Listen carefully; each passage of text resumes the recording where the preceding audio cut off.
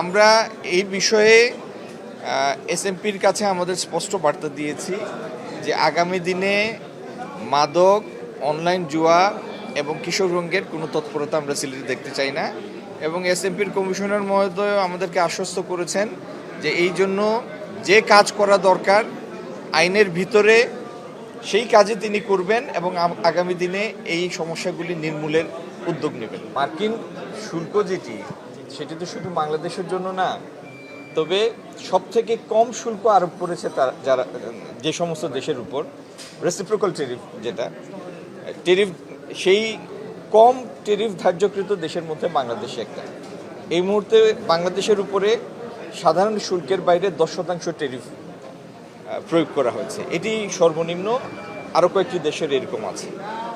আর ভারতের যে ব্যবসায়ী নেতৃবৃন্দ এখানে এসেছেন তারা বাংলাদেশে বিনিয়োগের ব্যাপারে আগ্রহী। তাদের মধ্যে কেউ কেউ ইতিমধ্যে বাংলাদেশে বিনিয়োগ করেছেন। তো তারা চান আমাদের যে ল্যান্ড বর্ডার সেগুলি পুরোপুরি আবার ফাংশনাল হোক। তারপরে এগুলি বন্ধ হওয়ার কারণে তাদের কাঁচামালের মূল্য বেড়ে যায়, সেটি তারা জানিয়েছেন।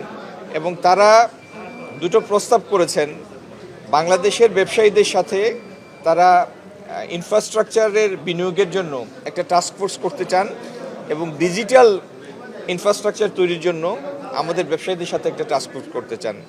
সেটি তারা আমাদের এফপিসিসি এর নেতৃবৃন্দের কাছে উপস্থাপন করেছেন এবং আমিও সেটিকে সাধুবাদ জানিয়েছি।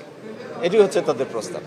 আর আমেরিকান বাণিজ্য প্রতিনিধি দল তারাও এই দেশে বিনিয়োগ করতে চান এবং বিনিয়োগের সহায়ক পরিবেশ তৈরির জন্য তাদের কিছু প্রস্তাবনা পরামর্শ ছিল, সেগুলি আমরা বিবেচনায় নিয়েছি। বাংলাদেশ স্বাধীনতার পর থেকেই বাংলাদেশের আমদানি বেশি, রপ্তানি কম। পৃথিবীর এরকম বহু দেশ আছে যারা আমদানি বেশি করে রপ্তানি তুলনামূলকভাবে রপ্তানি কম হয়।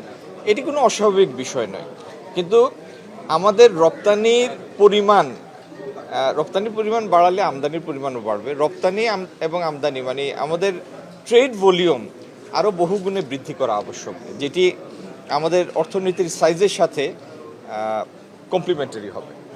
যেমন ভিয়েতনাম, তার আমদানি রপ্তানি মিলে এখন প্রায় 800 বিলিয়ন, সেখানে বাংলাদেশ আছে 100 বিলিয়নে। তো সেটি আমাদের জিডিপির সাইজের সাথে ঠিক কমপ্লিমেন্ট করে না।